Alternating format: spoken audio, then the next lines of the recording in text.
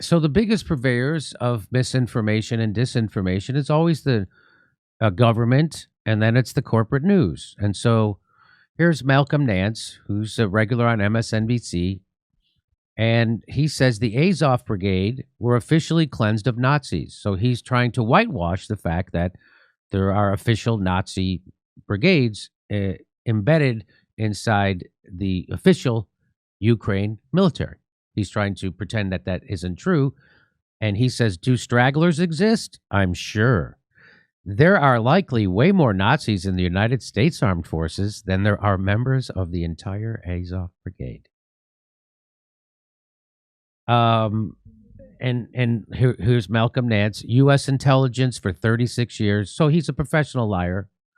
Expert terrorism, extremist ideology, torture, Russian cyber, New York Times bestselling author, Navy senior chief.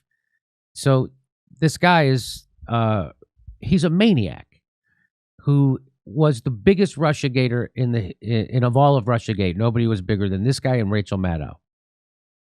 And so that led us to this, right? So all that Russiagating, as we showed you, leads you to a potential war with the nuclear power, and he's not stopping because he's paid by the people who want this to keep going. So if you believe him, and he's a liar, so I'm here to debunk it. And I can show you many, and this is going to be interesting. I'll show you many different, establishment news agencies that have already confirmed this before we didn't want there to be Nazis. Okay. So this is March 6th, 2022, or March. It says Ukraine's Nazi problem is real, even if Putin's denazification claim isn't. Not acknowledging this threat means that little is being done to guard against it. And there they are. That's the Nazis, Azov Battalion in Ukraine.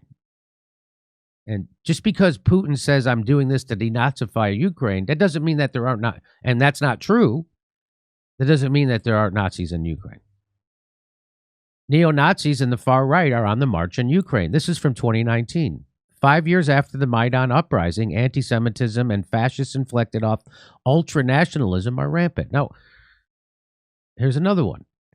Winning hearts in PR war, but Ukraine has a Nazi problem that NATO and USA do not talk about. There it is. Here's another. How about another one? This is from Reuters. Commentary, Ukraine's neo-Nazi problem. When is this from? That's from 2018. Here, Time. This was Time magazine. Says, like, share, recruit, how a white supremacist militia uses Facebook to radicalize and train new members. The Azov Battalion, inside Ukraine's white supremacist militia.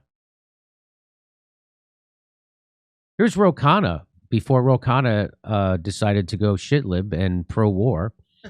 This is from 2018. Ro Khanna, the Congressman Ro Khanna, tweeted out, ever since the Orange Revolution began under President Bush, the U.S. has been complicit in the rehabilitation and spread of neo-Nazis in Ukraine. Enough is enough. Our government must stand up to the Azov Battalion and other fascist groups. So that's Congressman Ro Khanna saying that in 2018. The neo-Nazi problem in Ukraine is just Russian propaganda, he says, and there they are. Here's Aaron Mate. In 2015, the New York Times described Ukraine's Azov Battalion as openly neo-Nazi. But now, the State Department and the U.S. government doesn't want us to call them Nazis. So today, New York Times describes Azov as far-right. So before they used to be openly neo-Nazi, now that we want to be on their side, they're just far-right. What happened? Did Azov complete a special training program that takes open neo-Nazis and turns them into more palatable far-right? And here it is. He shows you. The Azov group is openly neo-Nazi. That's how the New York Times used to talk about them. And here's how they talk about them now. Ukraine's far-right Azov Battalion. You see the difference? Neo-Nazis, now they're far-right.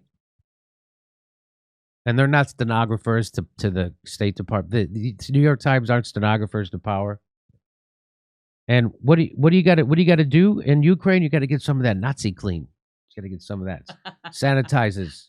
That's what they really need. We should be sending that, not weapons. So there you go. This all started because of this guy's tweet. And these are the experts. These are the experts that MSNBC and CNN go to. These are the kind of people with all this gravitas. And what does that tell you? These people are professional liars for money. That's what that tells you.